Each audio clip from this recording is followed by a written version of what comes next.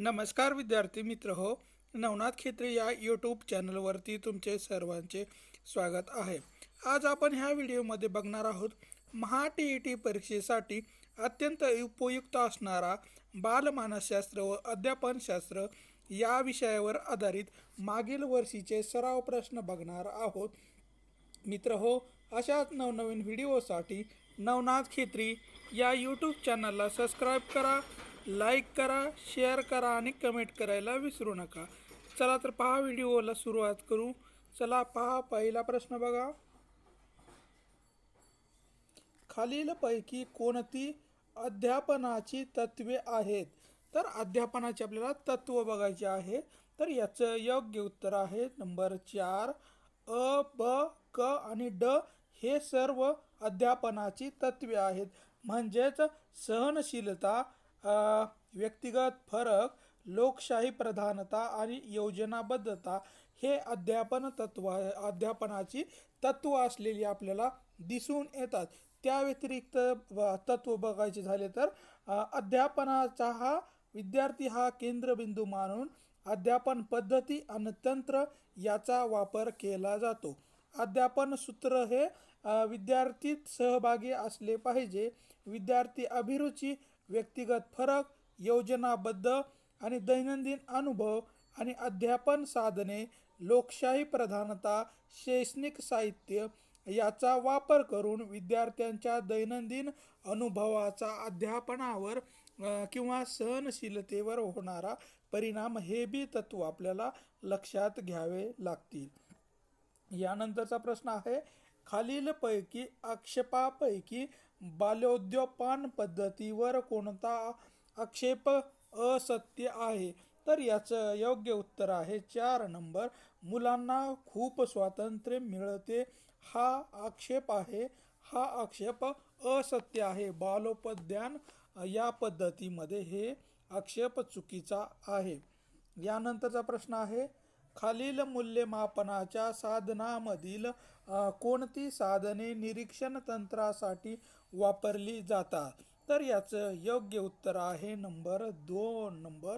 अ, ब, क हे तीनही साधनं आपल्याला निरीक्षण तंत्रासाठी वापरली जातात. म्हणजेच पडताळणीचं सूत्र वापरलं जातं, त्यानंतर पद निश्चिती श्रेणी असते आणि त्यानंतर आहे व्यक्तिमत्व प्रश्नावली.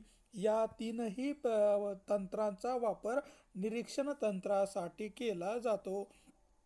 यानंतरचा प्रश्न आहे, लेखी परीक्षामध्ये सुधारणा करण्याच्या दृष्टीने खालीलपैकी कोणती बाब उपयुक्त ठरत नाही? तर याचं योग्य उत्तर आहे नंबर 2. वार्षिक परीक्षाला महत्त्व देणे हे लेखी परीक्षेमध्ये सुधारणा करण्याच्या दृष्टीने अत्यंत उपयुक्त ठरत नाही. वार्षिक परीक्षेला महत्त्व देणे हे लेखी परीक्षेसाठी सुधारण्यासाठी महत्त्वाचा ठरत नाही. यानंतरचा प्रश्न आहे, खालील व्याख्यान पद्धती संदर्भातील कोणते विधान असत्य आहे? म्हणजेच चूक विधान ओळखायचं आहे. तर याचं योग्य उत्तर आहे 1 नंबर. अवधान केंद्रित होते. तर व्याख्यान पद्धतीमुळे अवधान केंद्रित होते हे वाक्य चुकीचं आहे. व्याख्यान पद्धतीमुळे कमी वेळात जास्त अध्यापन करता येते. तत्वे, सिद्धांत आणि कठीण विषय मांडण्यासाठी उपयोगी ही अध्यापन पद्धती उपयोगी असलेली आपल्याला दिसून येते. दुर्मिळ माहिती सहज देता येते, हे पण अवधान केंद्रित करता व्याख्यान पद्धतीमध्ये येत नाही. यानंतरचा प्रश्न आहे, कोणत्या शास्त्रज्ञाने अध्यापन संक्रमण हे केवळ विषयाच्या सारखेपणावर अवलंबून नसून तत्वे शोधून सामान्यीकरण करणे यावरही अवलंबून आहे या मुद्द्यावर भर दिलेला आहे? तर याचं योग्य उत्तर आहे नंबर 2. C.H. जड्डा यांनी या शास्त्रज्ञाने अध्यापन संक्रमण हे केवळ विषयाच्या सारखेपणावर अवलंबून नसून तत्वे शोधून सामान्यीकरण करणे यावर अवलंबून आहे हा मुद्दा G.H. जड्डा यांनी मांडलेला आहे. G.H. जड्डा होय. यानंतरचा प्रश्न आहे, खालीलपैकी खालील विधानापैकी शिक्षण प्रक्रियेची ध्येय व योग्य वैशिष्ट्ये कोणती आहेत?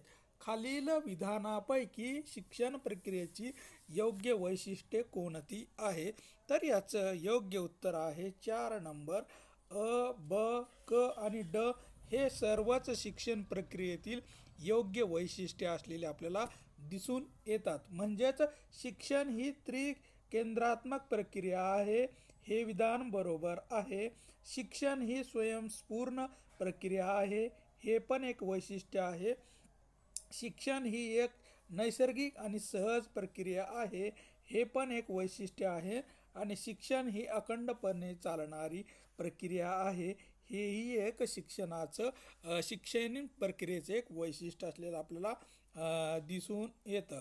शिक्षण ही अखंड, नैसर्गिक, सहज आणि त्रिकेंद्रित, मानसिक, सामाजिक, औपचारिक आणि औपचारिक आणि स्वयंपूर्ण प्रक्रिया असलेली आपल्याला दिसून येते.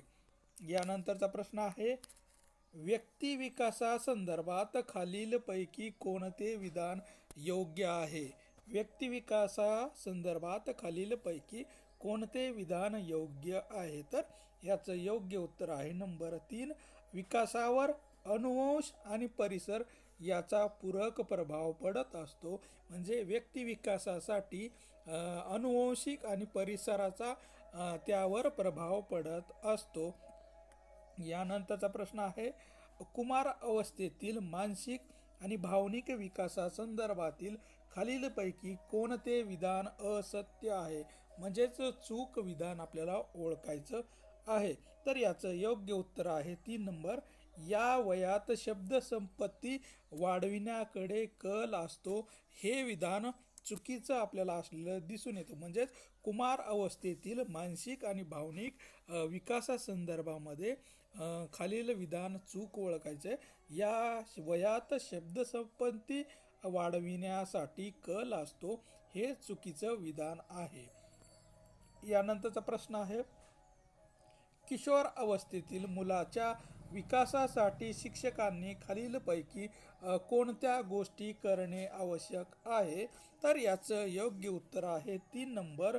ब, क आणि ड या तीनही गोष्टी शिक्षकांनी किशोर अवस्थेतील मुलांच्या विकासासाठी करणे आवश्यक आहे. म्हणजेच बिनचूक शब्द उच्चारासहित पाठांतर करून घेणे, त्यानंतर गट न करता वैयक्तिक कामाची जबाबदारी देणे, मुलाच्या सर्जनशीलतेत वाढीसाठी उपक्रम राबविणे, या तीनही उपक्रमाचा शिक्षकांनी उपयोग करून किशोर अवस्थेतील मुलांच्या विकासासाठी प्रयत्न केला पाहिजे.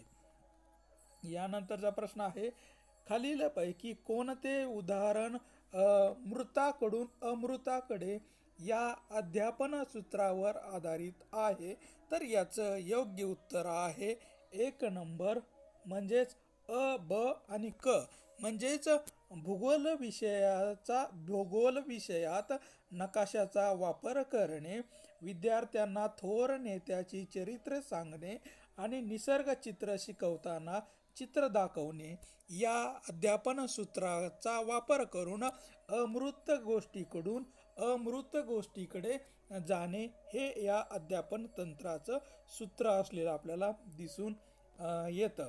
यानंतरचा प्रश्न आहे, चित्रकला, हस्तकला या विषयाच्या अभ्यासात व्यवस्थितपणा, टापटीप सौंदर्य पाहणारे विद्यार्थी तो तास संपल्यानंतर सर्व वर्ग व कचरा करीत निघून जातात, हे विधान अध्यान संक्रमणाच्या कोणत्या उपपत्तीशी संबंधित आहे? तर याचं योग्य उत्तर आहे 4 नंबर. सहेतुक व ध्येयनिष्ठ उत्पत्तीशी हे विधान आपल्याला सहमत असलेलं किंवा संबंधित असलेलं दिसून येतं. सहेतुक किंवा ध्येयनिष्ठ उत्पत्तीशी संबंधित आहे. बुद्धिमत्तेची व्याख्या करताना विल्यम जेम्स यांनी खालीलपैकी कोणत्या घटकावर भर दिलेला आहे? तर याचं योग्य उत्तर आहे नंबर एक नंबर, नव्या परिस्थितीशी समायोजन करून घेणे. हे विल्यम जेम्स यांनी बुद्धिमत्तेची व्याख्या करताना सांगितलं आहे. नव्या परिस्थितीची समायोजन करून घेणे. साक्षेप दृष्टीने नव्या परिस्थितीशी यशस्वीरित्या समायोजन करण्याची क्षमता म्हणजेच बुद्धी होय, अशी व्याख्या विल्यम जेम्स यांनी केलेली आहे. यानंतरचा प्रश्न आहे, खालील काही वर्तनाबद्दल दिलेले आहे, त्यापैकी बोधनात्मक वर्तनाबद्दल कोणता आहे हे ओळखायचं आहे. म्हणजे खाली काही वर्तनाबद्दल नियम दिलेले आहेत, तर त्यापैकी बोधनात्मक वर्तनाबद्दल कोणता आहे ते ओळखायचं आहे. तर याचं शिवाजी सावंत हे आपल्याला दिसून येतात. शारदा सुंदर भरत काम करते, राजूचे त्याच्या कुत्र्यावर खूप प्रेम आहे, विनीत परिच्छेद वाचून त्यावरील प्रश्नाची उत्तरे सोडवते, सुनीताला शंख शिपले समजण्यास छंद आहे. हे आपल्याला बोधनात्मक वर्तनाबद्दल उदाहरणं असलेली दिसून येतात.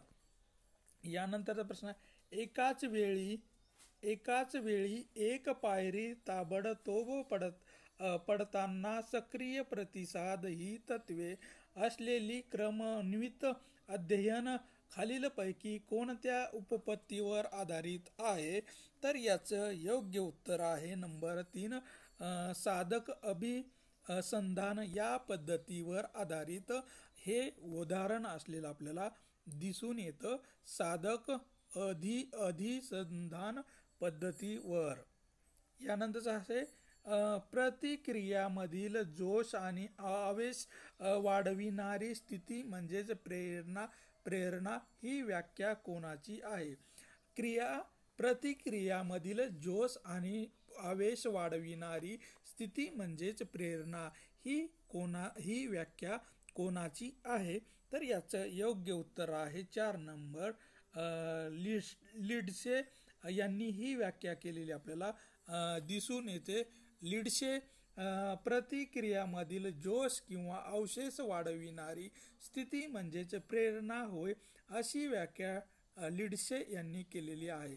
साध्य गाठण्यासाठी प्रवृत्त करणाऱ्या, विशिष्ट दिशेने वाटचाल करावयास लावणाऱ्या आणि वर्तनासाठी प्रोत्साहन टिकून धरणाऱ्या शक्तीचे मिश्रण म्हणजेच प्रेरणा होय, अशी प्रेरणेची व्याख्या लीड्से यांनी केलेली दिसून येते.